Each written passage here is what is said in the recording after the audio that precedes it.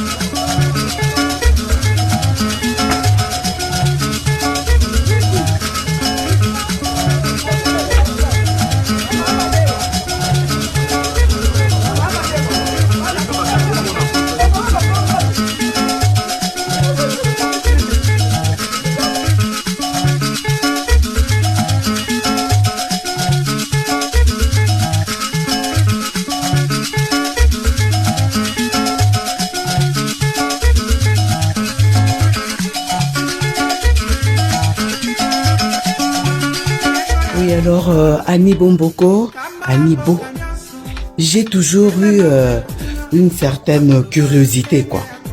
Je te vois, ça fait quand même certaines années, un bon nombre d'années qu'on se fréquente. Aujourd'hui, on est là dans ce beau cadre chez, je ne dirais pas, mais c'est l'anniversaire de notre sœur. Alors, je voudrais savoir un peu, Annie Bo, cette chanson qui a vraiment, comment je peux dire, scellé ton prénom, ton nom dans l'imaginaire congolais. Je voudrais savoir quelle est l'histoire. Dis-nous tout. Et je vais publier cette histoire. Je vais te publier. En fait, cela se passait en 1978. J'avais 18 ans. Et la personne qui a chanté cette chanson, c'est Kofi Olomide. En fait, on s'est rencontrés chez mon cousin, Denis Kanga. C'était l'anniversaire de Papa Kanga. Je crois qu'il fêtait, si mes souvenirs sont exacts, c'est 50 ans. Donc, il était un ami à mon frère, Antoine Tindo, qui est décédé. Et il m'a présenté.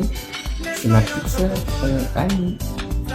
Et directement, il est venu vers moi, il m'a dit, il a demandé d'abord de danser avec moi. J'étais encore jeune à l'époque et mes frères étaient un peu réticents. Puis après, ils se sont dit, bon, c'est l'anniversaire de papa, elle peut quand même s'amuser. Et il me dira, tu es une très belle femme, je vais te faire une chanson. Alors il réfléchit un peu, il dira, ça sera Annie. Je me suis dit, je pensais qu'il blaguait. Les vacances terminées, parce que c'était pendant les grandes vacances. On avait l'habitude de revenir sur Kinshasa pour les vacances. Et lorsqu'on est retourné à Bruxelles pour continuer les études, un jour je reviens de l'école. En fait, on était à l'internat. Et il y a un de mes grands frères, Claude, qui est aussi décédé maintenant, qui me dit, la vedette. La vedette, c'est quoi ça? Il me dit, ben, il y a un disque qui est sorti en ton nom et qui s'appelle Annie. Et je me suis souvenu automatiquement de ce que Kofi m'avait dit lorsqu'on s'était vu à Kinshasa. Je dis, c'est pas possible, il n'a quand même pas sorti cette chanson. Il n'a quand même pas sorti cette chanson comme il l'avait dit. Moi, ben, la tête, je savais pas où me mettre. J'étais gêné, je me dis. Et quelques temps après, ma tante à Kinshasa m'envoie le disque dédicacé par lui. Chose promise, chose due, voilà ta chanson. Oh, j'ai dit, mais moi, mon value. Et c'était toutes mes copines, tout le monde qui m'appelait. J'ai dit, mais comment vous avez déduit que Annie Bo, c'est Annie Bomo? Il y a beaucoup de Bo, ça peut être Bosenge, ça peut être Bofunda, ça peut être Bofu. Non, c'est seulement toi. Et c'est parti comme une traînée de poudre. Voilà un peu l'histoire de la chanson Annie. Et ça a fait son temps à l'époque. Mais ce que je peux dire que ce surnom-là me colle à la peau. C'est comme une deuxième peau.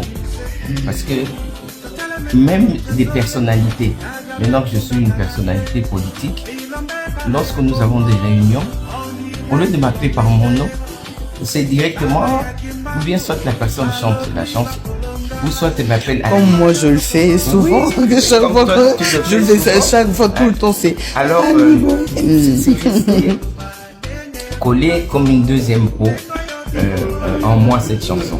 Pourtant, ça fait longtemps. C'est en 78, on est en 2023. Mais cet impact continue jusqu'à présent. parce que c'était un chef-d'œuvre. Oui, Voilà, Kofi, il est vraiment grand. ouais. C'était vraiment un chef-d'œuvre. Un chef-d'œuvre. Et chaque personne qui était à cette époque-là, quand on dit c'est Annie Bo, ils me disent, mais t'avais quel âge à l'époque? Parce que jusqu'à présent, on pensait trouver une vieille dame fatiguée. Mais tu avais quel âge? J'ai dit, j'étais encore mineur à l'époque. Hein. Donc, mais mon père, comme il était une personne esprit ouvert, mes grands frères ont quand même un peu parlé. Mais mon père, la seule chose qu'il a dit, lorsqu'on s'est tous retrouvés à table, vous savez que vous avez une sœur vedette. C'est la seule chose qu'il a dit. Et mes frères se sont fâchés. Mais il a dit non. Ça lui pose aucun préjudice. L'essentiel, c'est qu'elle continue d'aller à l'école. C'est son destin. Voilà. Bravo, hein, vraiment bravo. Annie Bo est restée la belle femme qui a été chantée. Merci. Bon week-end. Merci, bon week-end. Oui, Datia va tenir ce bateau Takaba Lukaka. Mais comment Datia s'est retrouvé en Turquie? Pour nous, on a solo avec la PC qui est tout bon dans la licence. Et nous, Datia s'est retrouvé en Turquie. En fait, il y a une qui peut nous vendre thé, ni peut nous y avoir quatre mailles, ni les gens dignes sur le bama. La vie, il y a la poto. Ah, même pas. Le baba n'a pas le la poto pour le bande de le taranga, il paraît mobile en France, mais il dit que mobile aux États-Unis. C'est que mobile aux États-Unis, n'a rien que le Canada qui fait en France pas nous. Les gens ont les gens disent bah mon ni tout soit bien position en hauteur.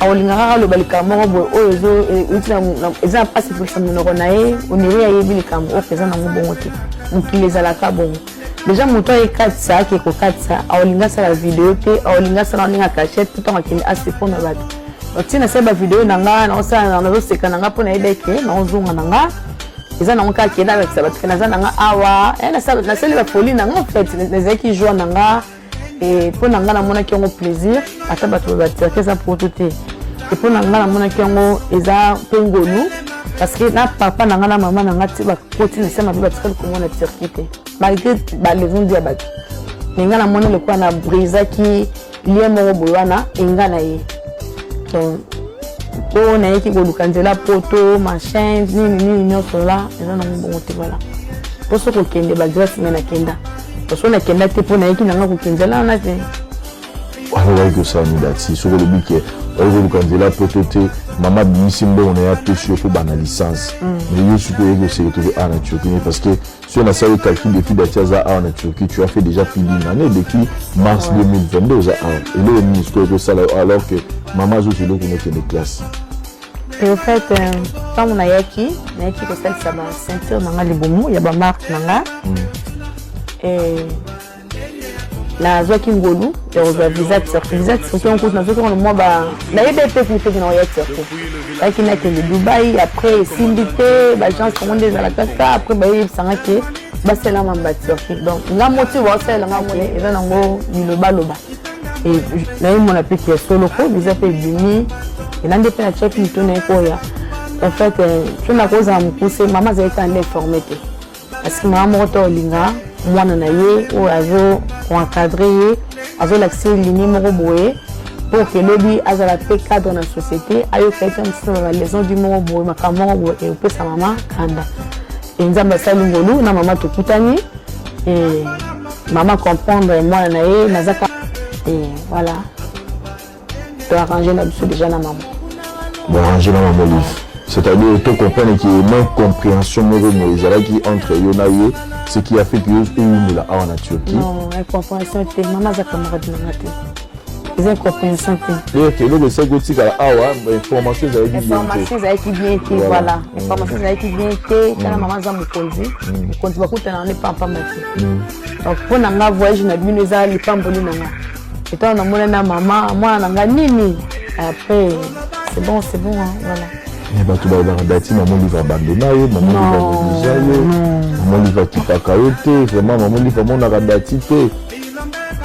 Maman livre abandonné et pour nanga maman livre za bénédiction nene pour nanga parce que déjà au sunga l'école à l'indinga Julia au sunga à l'idor au temps de l'université au longo nanga da chargement boé autant mususu ce qui maman pas à quitter peut-être peu balé kinanga apande ba maman un petit peu bazali ba ba no senga pe ba ngaba pour déranger un peu moi trop il y a des déranger un te qui a ndenge mo bedo fo na bunda il faut non donc pour abandonner na ndenge maman abandonner ngate no monter maman a salé ninga déjà il y a mutu eza apesinga donc point ya vie oh lelo na kozala wapi étant qu'informaticien on sala partout na sala que pour que ngalo comme informaticien eza nani grâce à maman donc maman ko peso mbongo te ba ko peso mbongo aussi là mais mayeli on nazala ngona mutu nanga nini musala o ngana yebi talent nazana ngo connaissance nazui ngona ngolu ya na grâce à maman qui na esali ke ngalelo o atawa pe non sala étant qui Haïti non sala ils en hôpital les parce que ba lu que informaticien nazala et si finalement bakaka bolingi na sala ba programme besoin na posa nini ni na faire memo na lobaki boy moni mutu ozolengela wana eza ne sika babengana kai ils appellent même sur Vincent nani waye tout cas c'est nazali boni ko za passe le mama classe T c'est comme le roi ba tableau de Mendeleev et comme le roi ba cosinus ba nini comme ça dit que beaucoup de dans laboratoire quand on est toujours qui va classe ne ba okina pour la soit au yebi soit au yebité. C'est des choses. C'est des choses. Sur la tarade, c'est automatique. C'est automatique. Tage. Donc, mon polo, on va la banque.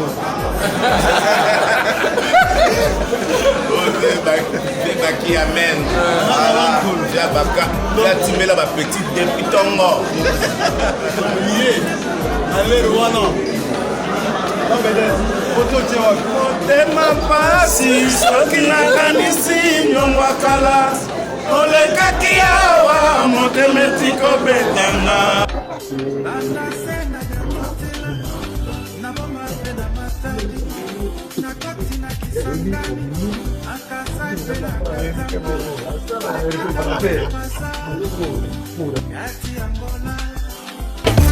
kino liwanga na kolanda yewe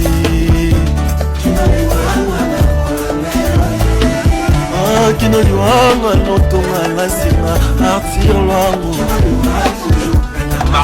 soka lider make na Tchad ayokisi pays so fo ndenge ezalaka kala obengi afrika ya nani ya tabule opesi tabule mikro yoki chant misale ya nani ya général de fort opesi mikro yoki chant quartier la terre ya nani ya Koffi Olomide opesi mikro ayembi wenge maison mère ya nani wenge maison mère ya wera opesi pe mikro mona bundi ne pa ye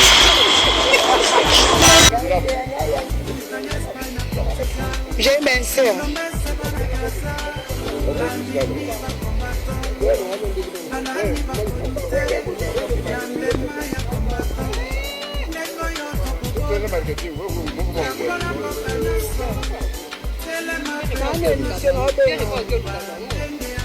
C'est pas grave.